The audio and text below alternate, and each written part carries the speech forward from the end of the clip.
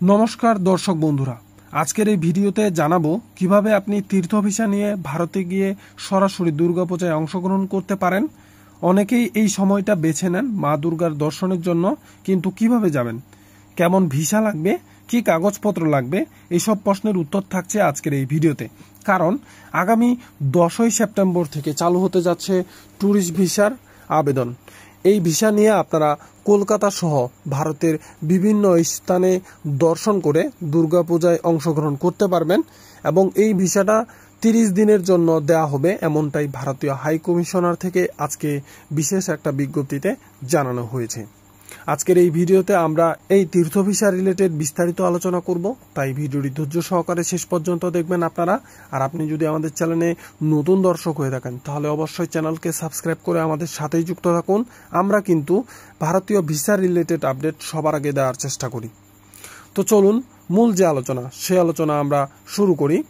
তীর্থ visa, যাকে ইংরেজিতে pilgrim visa বলা হয়, এটি মূলত সেই সব বাংলাদেশিদের জন্য যারা ধর্মীয় উদ্দেশ্যে ভারতে যেতে চান। বিশেষ করে হিন্দু ধর্মাবলম্বীদের জন্য এই ভিসা বেশ গুরুত্বপূর্ণ। এই ভিসা দিয়ে আপনি বিভিন্ন ধর্মীয় স্থান যেমন কালীঘাট, তারাপীঠ, কাশী এবং কলকাতার দুর্গাপূজায় অংশগ্রহণ করতে পারবেন। বাংলাদেশের অনেক পূজারী, ভক্ত ও পরিবার দুর্গাপূজার সময় কলকাতা, নবদ্বীপ, বারাণসী কিংবা অন্যান্য ধর্মীয় শহরে যান, কিন্তু ট্যুরিস্ট ভিসা না পেলে বা সময় না মিলে তীর্থ ভিসাই হতে পারে সেরা বিকল্প। বিশেষ করে যারা ধর্মীয় আচার অনুষ্ঠানে অংশ নিতে চান তাদের জন্য তীর্থ ভিসাই সবচেয়ে উপযুক্ত। প্রয়োজনীয় কাগজপত্র কি কি লাগবে? পূর্ণাঙ্গ আবেদন ফর্ম, অনলাইনে আপনাকে এটা আবেদন করে সেটার ফর্মটা প্রিন্ট করে নিতে হবে। পাসপোর্ট কমপক্ষে 6 মাসের মেয়াদি হতে হবে। সদ্য তোলা পাসপোর্ট সাইজের ছবি থাকার লাগবে। জাতীয় পরিচয়পত্র ও জন্ম সনদের কপির প্রয়োজন পড়বে। ধর্মীয় উদ্দেশ্য প্রমাণ করে কোনো চিঠি বা আমন্ত্রণপত্র যদি আপনার কাছে থেকে থাকে, যেটাকে ইনভাইটেশন লেটার বলে, এটা যদি আপনার কাছে থেকে থাকে তাহলে কিন্তু আপনাকে অগ্রাধিকার বেশি দেওয়া হবে। ট্রাভেল প্ল্যান, যেমন কোথায় যাবেন, কবে যাবেন, সেই বিস্তারিত বিবরণ যদি দিয়ে থাকেন কাগজপত্রের সাথে তাহলেও কিন্তু অগ্রাধিকার দেওয়া হবে। এইসব কাগজপত্র নিয়ে আপনাকে আবেদন করতে হবে ভারতীয় ভিসা আবেদন কেন্দ্র IVAC সেন্টারে। বর্তমানে অ্যাপয়েন্টমেন্ট নিয়ে যেতে হচ্ছে, তাই আগে থেকেই শিওর করে নিন।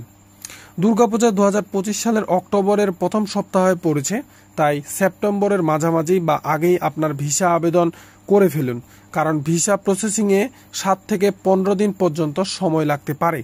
একবারে বেশি দিনের ভিসা নিন যাতে আপনার যাত্রা ও পূজার দর্শন আরামে হয়। মহালয়া থেকে দশমী পর্যন্ত ভারতে থাকার পরিকল্পনা করুন। স্বাস্থ্যবিধি মেনে চলুন ও ভারতের স্থানীয় নিয়মকানুন জেনে নিন। আইডি কার্ড, পাসপোর্ট ও ভিসা ফটোকপি সঙ্গে রাখুন সবসময়। দর্শক বন্ধুরা, দুর্গাপূজার সময় কলকাতা ও পশ্চিমবঙ্গ হয়ে উঠে উৎসবের রঙে রাঙানো এক স্বর্গ।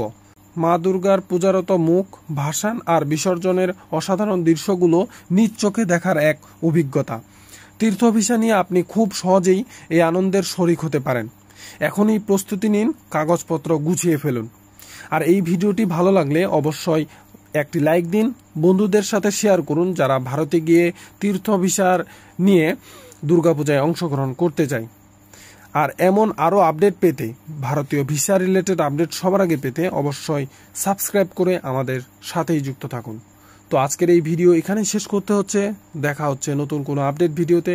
ততক্ষণ পর্যন্ত আপনারা সকলেই ভালো থাকুন, সুস্থ থাকুন। আল্লাহ হাফেজ।